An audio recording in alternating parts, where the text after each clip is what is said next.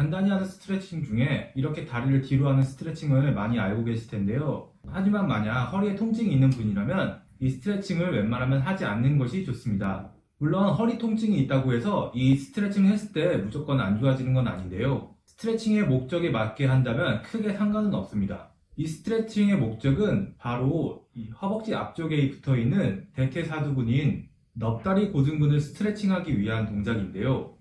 저번 시간에도 설명한 적이 있지만 이 대퇴사두근은 생각보다 허리 통증과 연관성이 많은 근육입니다. 나이가 들면서 하체의 근육이 감소하게 되면서 하체의 근력을 유지하는 것도 중요하지만 근육의 정상적인 길이를 확보하는 것도 정말 중요합니다. 평소에 걷기 운동이나 스쿼트 같은 동작을 하신다면 무조건 이 대퇴사두근을 스트레칭 해줘야 됩니다. 걷기 운동이나 스쿼트 같은 동작을 했을 때 근육이 수축되면서 점점 더 뻣뻣해지기 때문인데요. 그렇기 때문에 운동 후에 스트레칭 해주는 게 정말 중요합니다. 운동 전에 과도하게 스트레칭 하는 것은 부상의 위험 때문에 좋지 않기 때문에 운동 전에는 체조같이 동적인 스트레칭을 해주는 것이 좋고 운동 후에는 근육의 길이를 늘려주는 정적인 스트레칭을 해주는 것이 좋습니다. 대퇴사두근은 여러 번 말씀드렸지만 허리 통증이 있는 분 중에 대퇴사두근의 길이의 문제 때문에 통증이 유발되는 경우가 굉장히 많습니다.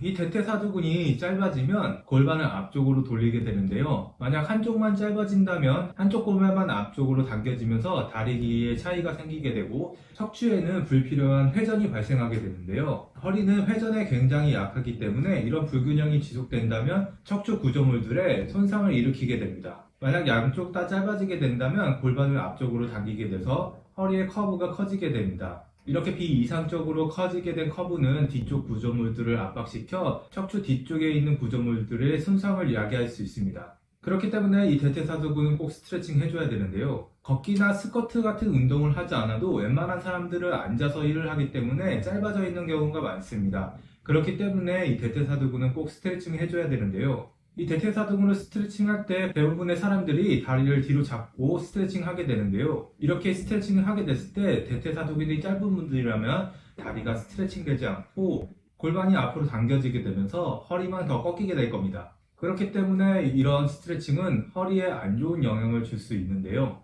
하지만 골반이 앞으로 당겨지지 않게 한다면 좋은 스트레칭이 될 수 있을 겁니다.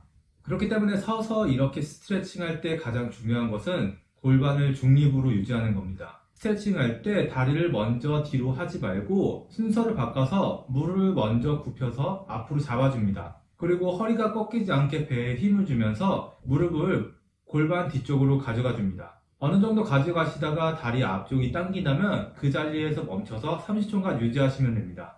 너무 무리하게 당기지 않아도 당기는 느낌만 있다면 스트레칭 되고 있는 거니까 당기는 느낌이 나는 범위에서 멈춰서 스트레칭 해주시면 됩니다. 서서 하신다면 이렇게 하시면 되지만 웬만하면 서서 하지 마시고 무릎을 대고 하는 동작을 하시거나 지금 알려드린 방법으로 하시는 걸 권장드립니다. 스트레칭 할 다리가 올라오게 옆으로 누워주세요. 스트레칭 할 다리의 발목을 잡고 반대 다리로 스트레칭 할 다리의 무릎을 밀어줍니다. 이 상태로 30초 정도 유지하시면 됩니다.